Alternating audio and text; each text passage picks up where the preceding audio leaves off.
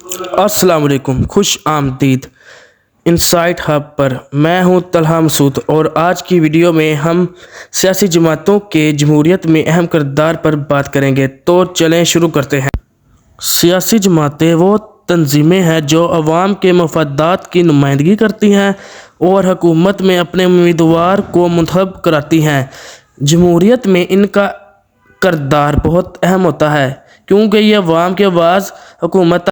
سیاسی جماعتوں کے کچھ اہم کام ہیں۔ نمائندگی: جماعتیں عوام کے مفادات کی نمائندگی کرتی ہیں۔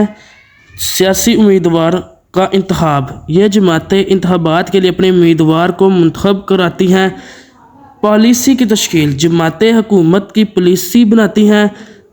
ووٹر کو متحرک کرنا: یہ جماعتیں لوگوں کو انتخابات میں حصہ لینے کی ترغیب دیتی ہیں۔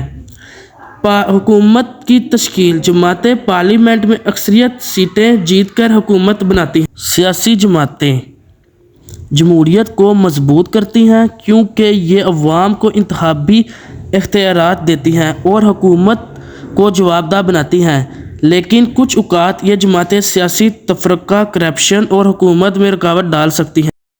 آج کل پاپولسٹ تحریکات اور آزاد امیدوار روایتی جماعتوں کو چیلنج کر رہے ہیں، اور اس کے علاوہ سیاسی جماعتیں سوشل میڈیا اور ڈیجیٹل پلیٹ فارمز کا استعمال کر کے عوام سے براہ راست رابطہ کر رہی ہیں۔ آخر میں، سیاسی جماعتیں جمہوریت کے لیے ضروری ہیں کیونکہ یہ سیاسی عمل کو منظم کرتی ہیں۔ آپ کی کیا رائے ہے؟ کیا سیاسی جماعتیں جمہوریت کو مضبوط کرتی ہیں یا کمزور؟ کمنٹس میں اپنی رائے ضرور شیئر کریں۔